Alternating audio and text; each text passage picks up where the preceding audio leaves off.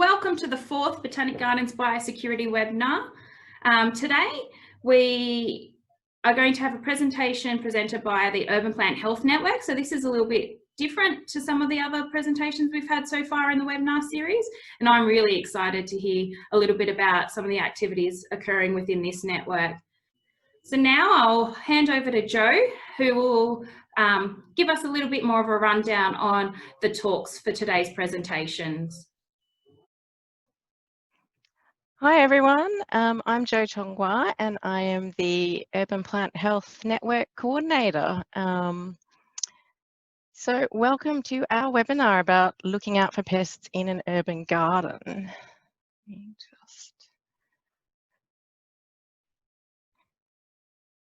So who are we and what do we do? Well, like Daniela's Botanic Gardens Biosecurity Network, we're an online community of practice. But our ultimate aim is we want urban gardeners, particularly around Melbourne, to learn about, look out for and report plant pests. And we do this by sharing information about plant pests as well as seasonal gardening tips through our website, Extension Oz website, and our Facebook and Twitter accounts. Today's talks, we have 3 of our network presenters. So first up, Dr. Jess Lye will talk about the Melbourne food bowl and urban biosecurity risks. Next up, we have Maddy Quirk from AUSVEG, and she'll just give an overview of a couple of case studies of exotic pest incursions where a member of the public, just an everyday person, has reported a pest and then how that incursion's been managed. And finally, we have Tim Hurst from Agriculture Victoria. Thanks, Tim, for being a last-minute ring-in, who will give a bit of an overview of how to look out for pests in your backyard and how you can help by reporting them. That's it from me. I will hand over to Jess now. Thanks, Jo, and thanks, Daniela, and thank you everyone for being on the line today. So what I'm going to do today is plant biosecurity has become a pretty important and hot topic, particularly the topic of urban plant biosecurity. So today I'm going to present a little bit of information about why plant biosecurity is important in cities. So it's not just for farmers and governments to worry about. More and more, it's definitely a topic that should be talked about in cities. So if you eat food, then plant biosecurity is relevant for you. So have a bit of a think about your breakfast this morning. You might have had some apple or berries on your muesli, or you might have had some sauteed spinach on your eggs. Well, the chances are this food has come from the surrounding regions around Melbourne, so not very far away.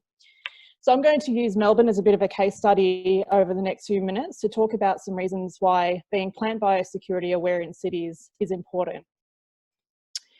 So it won't come as any surprise to you that particularly in non-COVID times, there is a lot of trade and movement of passengers, tourists and others around the globe.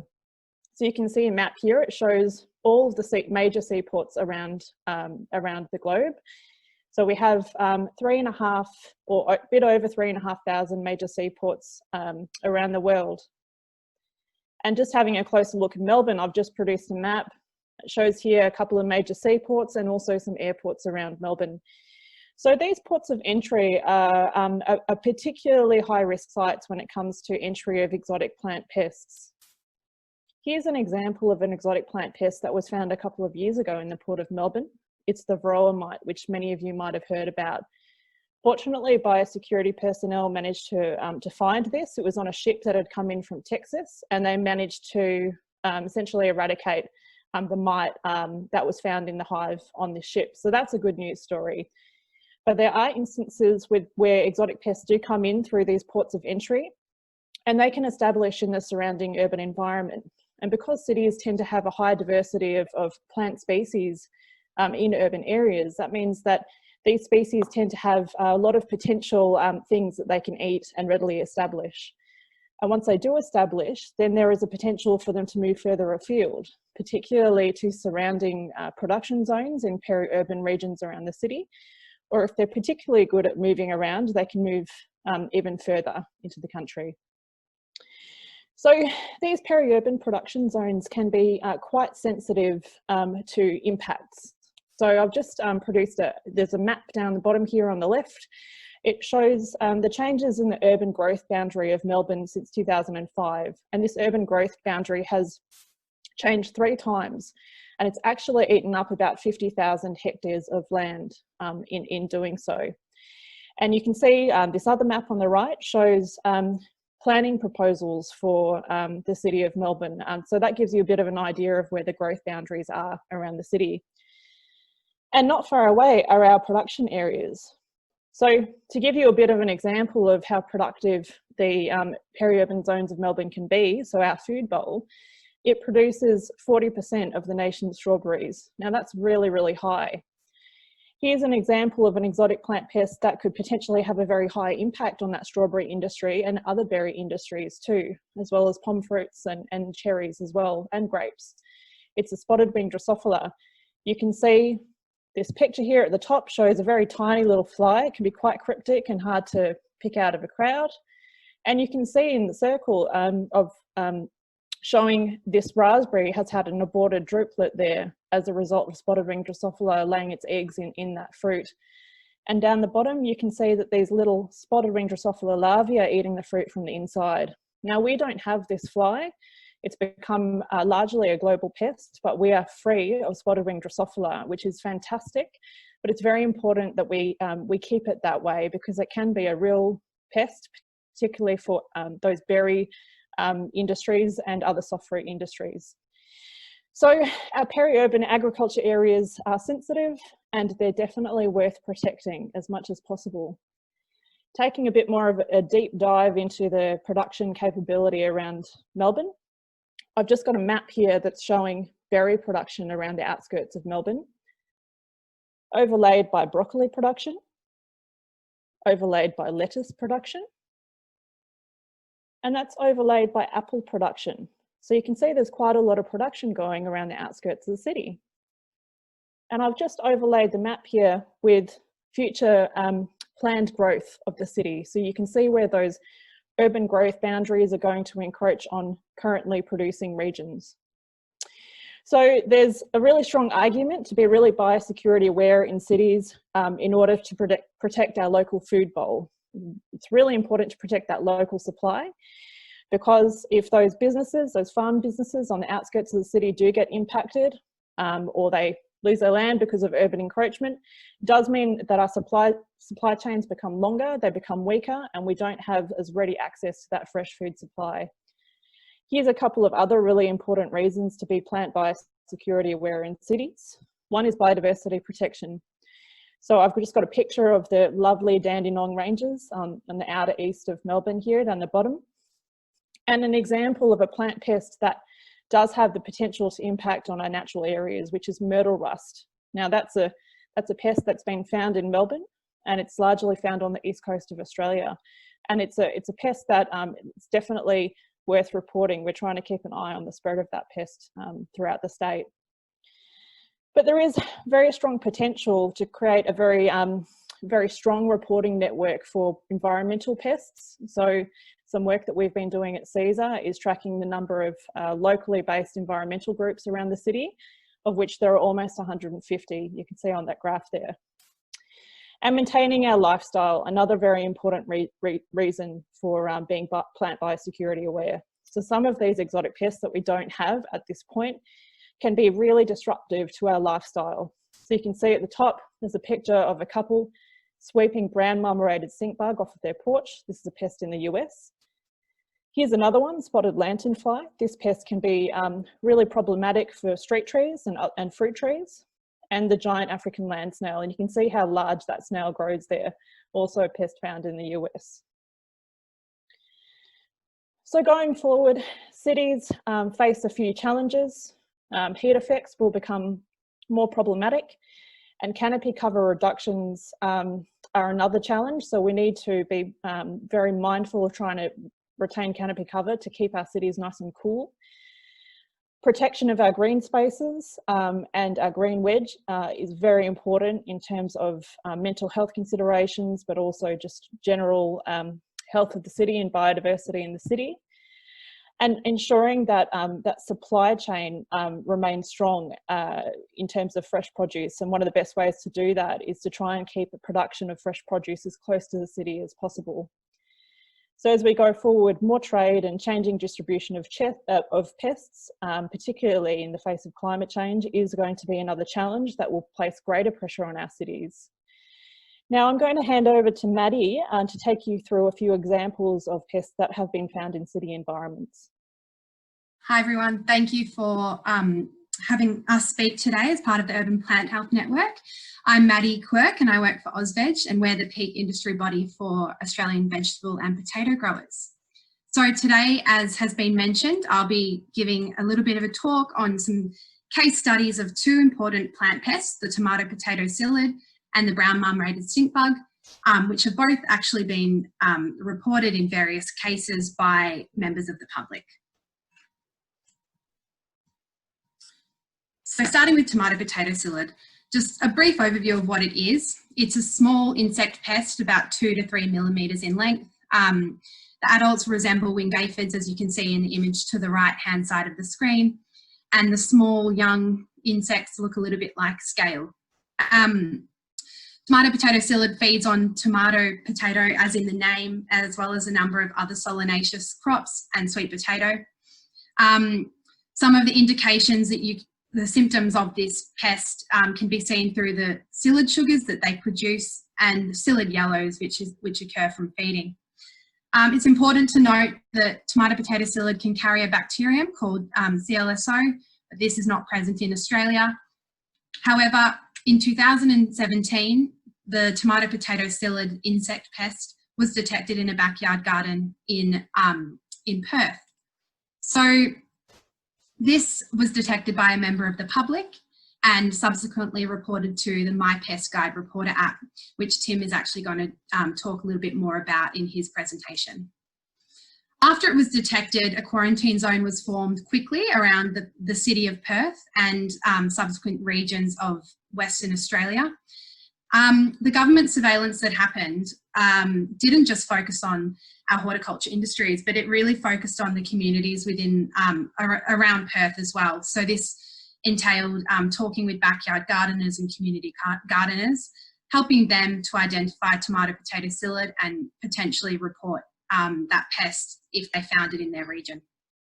Unfortunately, the pest began to spread a little bit further than they had hoped, showing up in these horticultural production regions. And so now tomato potato psyllid is actually quite widespread in Western Australia. It's not present in other states, which really indicates, particularly for our Urban Plant Health Network and the program we're running, that we don't want it to spread in Melbourne and other regions across Australia.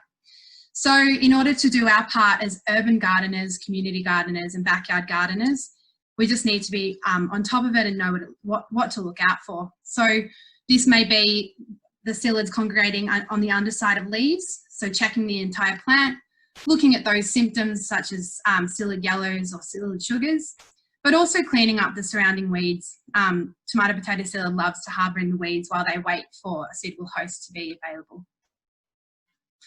So in addition to tomato potato psyllid, another key example of a plant pest that has popped up in a location is the brown mum-rated stink bug. The brown mum-rated stink bug is about the size of a fingernail, a little bit bigger when it's in its adult stage. A key identifying feature is the mottled abdomen, colour of the abdomen, as well as the striped colouring on the antenna. The problem with brown mum-rated stink bug is that it feeds on a very large number of host plants from fruits and vegetables, as well as tree crops as well. So I'd like to talk a little bit about a case study that actually happened in New Zealand and then move on to an example, or a couple of examples within Australia as well. In 2018, a resident of Oamaru in New Zealand ordered some shoes off eBay. When the shoes arrived, they found that it was infested with 26 brown mum-rated stink bugs inside the shoebox. So the resident did the exact right thing. They put the stink bugs into a jar and immediately reported it or called up their National Agricultural Biosecurity Hotline, In Australia, this is known as the Exotic Plant Pest Hotline, but also, as I mentioned, we have this other application called the My Pest Guide Reporter app. So what would have happened if this was gone unreported by this resident in New Zealand? Well, it could have devastating effects on the horticulture industries and gardens alike. So as you can see from this image here, the pest can cause the plant to become necrotic as well as plant death. So this is a problem not just for the horticultural industries in both New Zealand and in Australia where this pest is not present, but also for home gardeners who may be growing crops to feed themselves or to feed their communities. It can also lead to the crop being pretty much unmarketable as well. And as Jess mentioned before, it can also be a significant amenity or lifestyle issue. In the United States of America, we're seeing congregations of 20,000 plus stink bugs coming into people's homes within winter, where the pest likes to kind of overwinter in those cooler months. In addition to that, when they're squashed, they produce a really pungent odour. I haven't smelt it myself, but we've been told this multiple time and time again. And this is just not something that households, gardeners, home gardeners and community gardeners want to deal with. So taking a look at a more, on a more local level, in Australia, the high-risk season for brown mum-rated stink bug occurs from September to April. And this is because it coincides with the Northern Hemisphere moving into the winter months. So, you know, you might have a cargo ship bringing any form of cargo into Australia, and these brown mum-rated stink bugs are hitchhiker pests that jump into that boat and travel alongside and appear in a Melbourne port or appear in the Sydney port or wherever it may be. So in 2018-19, during this high-risk season, there were multiple detections of brown mum-rated stink bug across Port Melbourne, Dandenong South and Clayton. The early reporting and surveillance of government, well, the reporting was from industry, but the surveillance and ongoing surveillance and monitoring from the government meant that there were no further detections and we can claim freedom from this pest once again. I guess I'll also quickly note that it's important to know that there are a number of stink bugs that look very similar to the brown mum-rated stink bug. So as a community gardener or a backyard gardener, it's important to realise that there are similarities, and reporting is crucial when you're looking at what the brown mum-rated stink bug might look like compared to a native stink bug that we might have. So if anyone would like this link to a really good guide that goes through the differences between native stink bugs and brown mum-rated stink bug, I'm happy to share that with all of the attendees after this. But for now, I will pass over to Tim, who will give a little bit more of a talk on the project and reporting. Thank you. Hey, thanks, Maddy, and thanks, Jess. I think this is really good to follow on from these two great presentations. So Jess gave a really good kind of overview of the risks to our urban food bowl, and that there's ever increasing encroachments from exotic pests. And then Maddy has given some really good examples of I guess times when the community have picked up these things that we've missed. And so this is really what I want to talk about today, which is this idea of working together to really enhance our biosecurity. So there's this term we call general surveillance. And so what is that? So we have two types of surveillance. Targeted, so a targeted surveillance program is something that, for instance, I'd be running at Agriculture Victoria. So we're talking about a defined target. So we could say, for instance, fruit fly. We have an area that we're looking in, let's say the sunraysia in Victoria. We have a designated number of traps in that area and a designated period of time. So this is a specific program for a specific pest. So what general surveillance is, it's the opposite of that. It's information that's captured elsewhere. So for instance, it might be agronomists or crop scouts that are working for industry. So as part of their routine work, they're going through their crops and they notice something different and they report it, and that's information we can use. The same can be said for members of the public. So those are the examples that Maddy gave, is when somebody's reported something and we've been able to act on that. So they might have noticed some unusual damage or disease of their plants or an insect that they've never seen before. And so how do we use this this information. So we can use it to essentially support or supplement our targeted programs. So Maddy again mentioned the BMSB. So we had a series of traps out as part of targeted surveillance, but in Victoria we also did what's known as a blitz. So we sent out information to the public and we asked them to report. And through that we were able to get increased information about where BMSB might or might not be occurring, which is incredibly useful. We can fill the gaps of our existing networks. So again, targeted surveillance might focus in a production area, but we're lacking specific networks in, for instance, urban areas, which are important. And so we might rely on other ways to get that.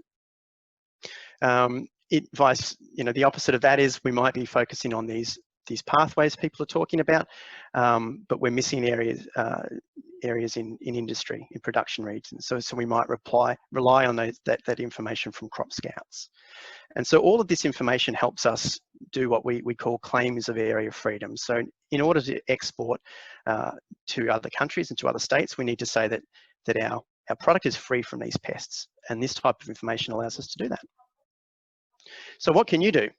It's pretty easy. You just need to kind of keep an eye out, essentially. So, be aware of the changes in your garden's health and growth. For instance, taking regular photos of your garden over time and seeing where those changes are.